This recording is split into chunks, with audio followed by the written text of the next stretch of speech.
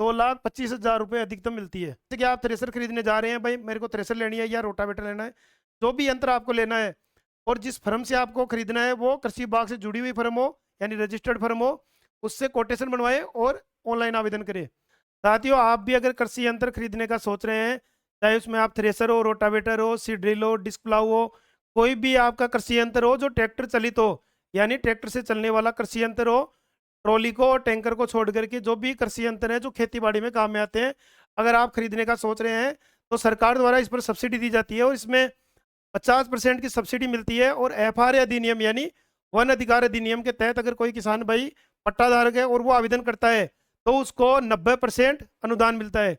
तो इस अनुदान का फायदा आप कैसे ले सकते हैं और किस प्रकार आवेदन करें जिससे कि आपको यहाँ सब्सिडी मिले, इसके लिए स्टेप बाय स्टेप पूरी जानकारी इस वीडियो में आपको मिलने वाली है। जो किसान भाई चैनल पर नए हैं, चैनल को सब्सक्राइब कर लें ताकि हमारी नोटिफिकेशन आप तक पहुंचती रहे। वीडियो को लाइक करें और किसान भाई तक वीडियो को शेयर भी करें। देखिए किसान भाई, बात करें अपन कृषि यंत्र अनुदान योजना की, जो कि वर्ष 2026-27 में लागू है। इसमें किसान भाई ऑनलाइन आवेदन करके इस योजना का फायदा ले सकते हैं। इसमें अपन बात करें ऑनलाइन आवेदन में, ऑनलाइन आवेदन करने के बाद में जो ये यंत्र है, जो यंत्र है जो आप खरीदना चाह रहे हो, जैसे सीड गम फर्टिलाइजर ड्रिल है, सीड गम फर्टिलाइजर ड्रिल है। एक तो आती है अपने सीड ड्रिल ओनली, एक आती है सीड गम फर्टी ड्रिल, तो दोनों अलग अलग आती है। एक आता है अपने disc plough, multi crop thresher, rotavator, tractor operated reaper planter, और भी अन्य कृषि यंत्र हैं जिन पर अनुदान दे हैं। जैसे ही अपन ऑनलाइन आवेदन करेंगे उसमें ऑप्शन खोलेंगे तो खुल जाएंगे उसमें। तो इसमें एक चीज समझने की जरूरी है मल्टी क्रॉप थ्रेसर की, यानी इसमें दो प्रकार की थ्रेसर आती है, अबव 4 टन और 4 टन से कम की कैपेसिटी वाली। अगर ज़्यादा कैपेसिटी वाली अपन लेते हैं अबव 4 टन की, तो उसमें ये जो सब्सिडी है 2,25,000 रुपये अधिकतम मिलती है। इसमें देखिए आप SC ST लघु सीमांत और महिला किसान है, उनको तो इकाई लागत का 50%, यानी इकाई लागत का 50% है। और अधिकतम यह राशि जो इनके सामने लिखी हुई है, दोनों में से जो भी कम होगा वो आपको अनुदान के रूप में मिलेगा।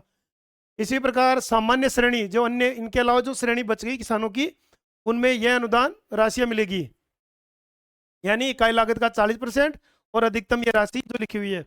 और इसमें भी 3 कैटेगरी बनाई गई है, 20 BHP, 20 से 35, 35 से अधिक, यानी 3 कैटेगरी की है।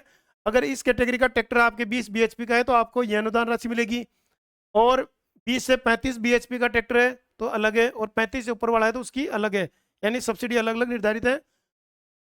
ये जो लाइंस लिखा हुआ है ये इसकी जगह टाइंस है, टाइंस, सभी में वही है टाइंस।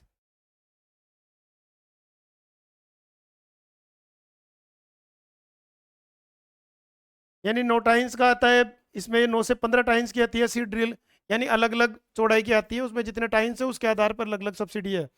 तो इस प्रकार सब्सिडी का विवरण ये है, इसमें आप देख सकते हैं पूरी डिटेल है। इसके अलावा और भी अन्य यंत्र है जिन पर भी अनुदान दे हैं। अब इसमें अपन बात करेंगे भाई इन यंत्रों का अपन जो सब्सिडी पे मिलती है वो किस प्रकार अपन ले सकते हैं और कहाँ पर आवेदन करें और कौन कौन से डॉक्यूमेंट लगेंगे और इसके बाद में क्या प्रक्रिया होगी। तो देखिए इसमें अपन सबसे पहले बात करेंगे डॉक्यूमेंट की, कौन कौन से डॉक्यूमेंट इसमें लगेंगे। तो इसमें सबसे पहले है जनाधार या आधार कार्ड, दोनों में से जो भी आपके पास है उसके माध्यम से जो नंबर है उनमें आप अप्लाई करोगे तो आपके बाद में OTP आएगा और उसके बाद में आपको डिटेल भरनी है। इसके लिए अपन को 2-3 चीज़ों की आवश्यकता पड़ेगी। एक तो पड़ेगी अपन को कोटेशन की, कोटेशन यानी कच्चा बिल, एस्टिमेटेड बिल, यानी कि जैसे कि आप थ्रेसर खरीदने जा रहे हैं, भाई मेरे को थ्रेसर लेनी है या रोटावेटर लेना है, जो भी यंत्र आपको लेना है और जिस फर्म से आपको खरीदना है वो कृषि विभाग से जुड़ी हुई फर्म हो यानी रजिस्टर्ड फर्म हो, उससे कोटेशन बनवाए और ऑनलाइन आवेदन करें। तीसरी चीज़ है इसमें ट्रैक्टर की RC, यानी ट्रैक्टर का पंजीकरण वो आपके नाम होना चाहिए, यानी RC आपके नाम होनी चाहिए। और चौथी चीज़ है इसमें जमाबंदी, यानी भूमि की जमाबंदी, यानी भूमि की जमाबंदी आपके नाम हो इसमें और ट्रैक्टर की RC आपके पास हो तो आप आवेदन कर सकते हो। लेकिन इसमें एक कैटेगरी और आती है, अगर मान लीजिए आपके ट्रैक्टर नाम है और आपके नाम जमीन नहीं है, उस कंडीशन में भी आप आवेदन कर सकते हो। उसमें आपको जमाबंदी की जगह नोशनल शेयर, नोशनल शेयर का प्रमाण पत्र आता है, वो आपको लगाना होगा। यानी पिताजी के नाम जमीन है तो आपको नोशनल शेयर का प्रमाण पत्र लगा करके ऑनलाइन आवेदन करना होगा।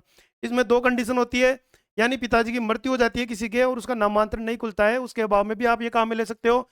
और मान लीजिए मृत्यु नहीं हुई, उसके उस कंडीशन में भी अगर आप चाह रहे हो कि मैं आवेदन करूं, तो आप नोशनल शेयर बना करके ऑनलाइन आवेदन कर सकते हो। इनके अलावा एक चीज़ है अपने सोयल हेल्थ कार्ड, यानी मृदा स्वास्थ्य कार्ड। पिछली बार ये था कि जो मृदा स्वास्थ्य कार्ड था उसमें ऑप्शन था ऑनलाइन करते समय कि आप बाद में बनाकर भी लगा सकते हो, यानी जिस समय आवेदन करते हो उस समय यस और नो का ऑप्शन था। तो उस समय अगर आप नो भी कर रहे थे तो अलाउ था, लेकिन भौतिक सत्यापन के दौरान अपन को सोयल हेल्थ कार्ड देना पड़ता था। और इस बार आप सोयल हेल्थ कार्ड बनवा ले। छठी चीज है इसमें लघु सीमांत प्रमाण पत्र। लघु सीमांत प्रमाण पत्र यह उस कंडीशन में है कि जैसे ही अपन जनाधार से ऑनलाइन करते हैं तो ऑटोमेटिक फीडेड आता है कि आप लघु कैटेगरी में है या सीमांत कैटेगरी में है। इसमें सीधा सा है, अगर 8 बीघा से कम जमीन आपके है, पक्की 8 बीघा जमीन से कम है, तो आप लघु सीमांत कैटेगरी में आते हैं। अगर 8 बीघा पक्की जमीन से अगर आपकी जमीन ज़्यादा है तो आप सामान्य कैटेगरी में आते हैं। तो अगर आपके मान लो जमीन 8 बीघा से कम है और जनाधार में आपके लघु सीमांत नहीं आ रहा है, ऑटोमेटिक जनरेट नहीं हो रहा है, तो उस कंडीशन में आप सक्षम स्तर से रेवेन्यू डिपार्टमेंट से लघु सीमांत का प्रमाण पत्र बना करके ऑनलाइन आवेदन करें। तो इस प्रकार आप ऑनलाइन आवेदन कर सकते हो। इसमें जनाधार आ गया, ट्रैक्टर की आरसी आ गई, कोटेशन आ गया, जमाबंदी आ गई, सोयल हेल्थ कार्ड आ गया, लघु सीमांत प्रमाण पत्र आ गया। ये सारे लगा करके ऑनलाइन अपना आवेदन कर देंगे। और ऑनलाइन आवेदन करने के बाद में अगर अपनी पत्रावली सही है तो ठीक है, अगर आपके कोई डॉक्यूमेंट की कमी रहती है तो 15 दिन के भीतर आपकी फाइल रिवर्ट की जाएगी। यानी जो कमी है उसके लिए रिवर्ट की जाएगी, तो आपको 15 दिन के अंदर उस डॉक्यूमेंट की पूर्ति करनी है। अगर उस डॉक्यूमेंट की पूर्ति नहीं कर पाते हो आप तो आपकी पत्रावली निरस्त हो जाएगी। तो इस बात का भी ध्यान रखें। जैसे ही आपने आवेदन हो गया, आवेदन के बाद में प्री वेरिफिकेशन होता है। प्री वेरिफिकेशन, प्री वेरिफिकेशन का मतलब है कि आपने पिछले 3 साल में कृषि यंत्र पर अनुदान नहीं लिया है, यह वेरीफाई होता है। और इसमें इस चीज़ का भी ध्यान रखना है कि जिसने पिछले 3 साल में 3 वित्तीय वर्ष में कृषि यंत्र पर अनुदान ले लिया है वो इस योजना के लिए पात्र नहीं होंगे। यानी 3 साल कंप्लीट होने के बाद में आप दोबारा आवेदन कर सकते हो। प्री वेरिफिकेशन करने के बाद में आपकी निकलेगी एएस, यानी प्रशासनिक स्वीकृति, यानी आप यंत्र खरीद सकते हो। और इसमें टाइम मिलेगा आपको 45 दिन का। यानी जिस दिन से आपकी प्रशासनिक स्वीकृति जारी होगी उससे लेकर के 45 दिन के भीतर आपको जीएसटी बिल, यानी आपको जो यंत्र आप खरीद रहे हो उसका जीएसटी बिल आपको लगाना होगा और वो यंत्र आपको लाना होगा। उसके बाद में उसका भौतिक सत्यापन किया जाएगा एएस के बाद में, पीवी यानी पोस्ट वेरिफिकेशन विभाग के अधिकारियों द्वारा किया जाएगा।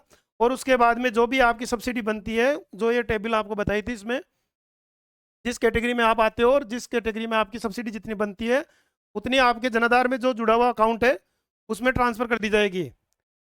इसमें जो भी टाइम लगता है, कई बार 1 महीना भी लगता है, कई बार 2-3 महीने भी लग जाते हैं यानी पेमेंट होने में। तो जैसे ही बजट होता है सरकार के पास में उस हिसाब से आपको ये सब्सिडी ट्रांसफर खाते में कर दी जाती है। इसमें एक चीज़ और थी अपने एफआरए, एफआरए यानी वन अधिकार अधिनियम। मतलब इस अधिनियम के तहत जिन किसान भाइयों के पास में जो पट्टा है अगर जमीन का उसका, तो उनको 90% सब्सिडी मिलती है, उनको 90% मिलती है। जैसे कि भाई बताया था लघु सीमांत, SC ST और महिला कृषक अगर आवेदन करते हैं तो उनको 50% मिलता है और सामान्य किसान को 40% मिलता है। और अगर एफआरए अधिनियम के तहत करते हैं तो 90% अनुदान मिलता है। तो जिन किसान भाइयों के पास में एफआरए अधिनियम के तहत पट्टा है तो सबसे ज़्यादा फायदा उन्हीं किसान भाइयों को मिलेगा। तो इस योजना का ज़्यादा से ज़्यादा फायदा ले। इसके अलावा आप आवेदन कर देंगे। इसमें आवेदन की अपन बात करें कि भाई आप कहाँ आवेदन करें, तो आवेदन की बात है अपने ऑनलाइन, ऑनलाइन आवेदन है राज किसान, RAJKISAN यानी राज किसान। इस पोर्टल पर जाकर के आपको ऑनलाइन आवेदन करना होगा। इसमें 2 कंडीशन है, अगर आप स्वयं के स्तर से करना चाहते हो सेल्फ, तो अपनी SSO ID के माध्यम से निःशुल्क आवेदन कर सकते हो, या नज़दीकी मित्र केंद्र पर जाकर भी आप ऑनलाइन आवेदन कर सकते हो। इसमें ज़्यादा कोई डिफिकल्ट वाली बात नहीं है। एक तो इसमें कोटेशन अपलोड होता है, एक अपने जमाबंदी अपलोड होती है, और एक सोयल हेल्थ कार्ड अपने अपलोड होता है। तो जो अपन घर बैठे मोबाइल से भी कर सकते हैं। तो इसमें कोई शुल्क भी नहीं लगता, निःशुल्क ये योजना है। और जब भी अभी इसमें बात करें भाई आवेदन की, भाई कब आवेदन स्टार्ट होंगे, तो अभी इसमें आवेदन स्टार्ट नहीं है, मतलब पोर्टल है अभी बंद है, यानी 1 अप्रैल से पोर्टल को बंद कर दिया गया है। जैसे ही पोर्टल चालू होगा आपको सूचित कर दिया जाएगा, और संभावना है कि 1 मई के लगभग ये पोर्टल चालू हो जाएगा। अगर 1 मई के लगभग ये पोर्टल चालू होता है तो उसमें एक कंडीशन रहती है, पहले आओ पहले पाओ। तो आप ये जो डॉक्यूमेंट है, जैसे कि अपने सोयल हेल्थ कार्ड है, नोशनल शेयर है, जमाबंदी है, कोटेशन है, ये सब आप पहले तैयार कर ले। यानी अगर आप यंत्र खरीदने का सोच रहे हैं तो इन डॉक्यूमेंट को पहले तैयार कर ले। जैसे ही 1 तारीख को आवेदन स्टार्ट हो, आप सबसे पहले आवेदन करें, क्योंकि इसमें जो पहले आवेदन करेगा उसका पहले नंबर आएगा, यानी सीनियरिटी बेस पे सीरीज वाइज चलता जाएगा। जितने टारगेट होंगे उनको उस साल ले लिया जाएगा, और जो टारगेट बच जाएंगे, यानी जो आवेदन बच जाएंगे, जो अगले साल टारगेट आएगा वित्तीय वर्ष में, उनमें उनको समाहित कर दिया जाता है और आगे सब्सिडी मिलती है। तो इस बात का आप विशेष ध्यान रखें। मैंने मेरी तरफ से पूरी चीज़ें आपको बताई है। अगर फिर भी कोई चीज़ समझ में आपके नहीं आई है या कोई कन्फ्यूजन है तो आप कमेंट करके पूछ सकते हैं। और वीडियो अच्छा लगे तो अधिक से अधिक किसान भाइयों तक शेयर करें, ताकि किसान भाई इस योजना का फायदा ले सके। मिलते हैं फिर ऐसी नई वीडियो के साथ में। जय जवान जय किसान।